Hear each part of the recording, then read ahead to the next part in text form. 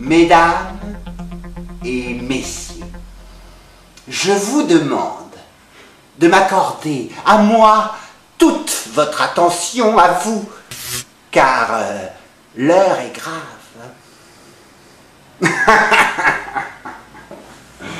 L'heure est grave.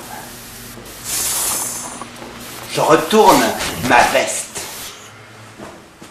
Je retourne ma veste. Toujours du bon côté, yeah!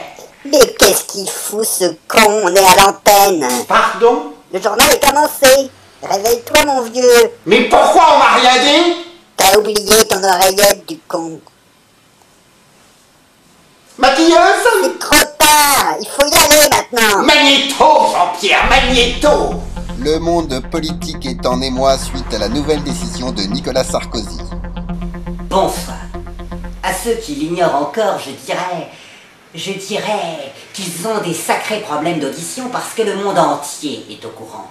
Nicolas Sarkozy a démissionné hier soir de ses fonctions de président de la République, déclarant, je le cite, qu'il en avait marre de tous ces tocards de socialistes et de tous ces pauvres cons de l'UMP. Et surtout de cette salope de Patrick Tevitjan, pour des raisons que nous ignorons encore.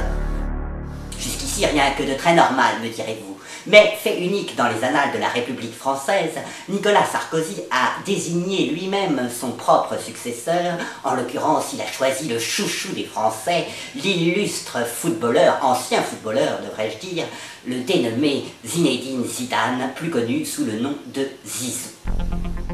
Voici en exclusivité le portrait officiel du nouveau président de la République. Cette incroyable nouvelle a mis en joie tous les Français et particulièrement à Paris hier soir, l'atmosphère était très joyeuse.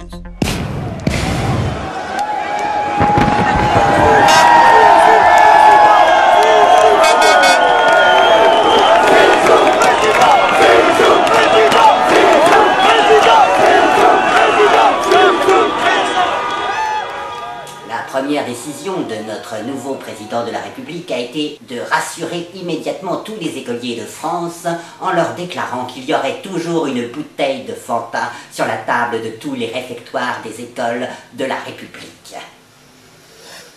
Suite à cette annonce, le baril de Fanta a crevé les plafonds dépassant les 150 €. Et dans la soirée, la croissance a fait un bond prodigieux de 10,07 m, balayant le record précédent tenu par Mike Powell. Bravo la croissance! Celui qu'il convient d'appeler désormais notre ancien président, Nicolas Sarkozy, se serait réfugié à Marne-la-Vallée, au lieu-dit de Disneyland Paris, qu'il a aussitôt proclamé République indépendante. Je me tourne maintenant vers Arlette Chapeau, notre envoyée spéciale à Marne-la-Vallée. Arlette, oui. Est-ce que vous confirmez ces informations? Ici, à Disneyland Paris, je suis devant la maison des 3 petits cochons et je confirme que Nicolas Sarkozy est bien arrivé il y a quelques heures à peine. Il a serré la main à tout le monde, il a été accueilli très chaleureusement, sauf par les 2 petits écureuils, Tic et Tac, qui ont refusé de lui serrer la main en lui disant « Touche-nous pas, tu vas nous piquer nos noisettes ». Inutile de vous dire que les 2 petits insolents ont été immédiatement rapatriés dans leur pays d'origine, la Corée. Je ne sais pas si c'est la Corée du Nord ou la Corée du Sud, parce que moi, la géographie, je n'y connais rien. Je suis journaliste, voyez-vous, je ne suis pas géographe. Mais toujours est-il que Nicolas Sarkozy a été accueilli chaleureusement par l'ensemble des habitants du royaume magique. L'oncle Picsou lui a même offert son sous-fétiche, paraît-il. Je m'excuse de vous interrompre, Arlette, mais l'actualité est reine. Et nous apprenons à l'instant que le nouveau ministre des Affaires étrangères, M. David Trezeguet, serait en train de se rendre à Marne-la-Vallée afin de discuter avec le nouveau président de cette République indépendante des modalités pour rentrer dans la communauté européenne.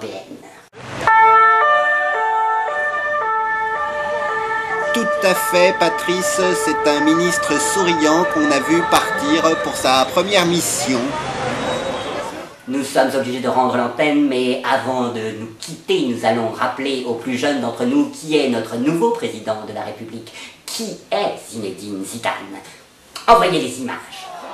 Rappelez-vous, c'était en juillet 2006, autant dire il y a 2 siècles, Zinedine Zidane, pendant la finale de la Coupe du Monde, s'apprête à tirer un penalty.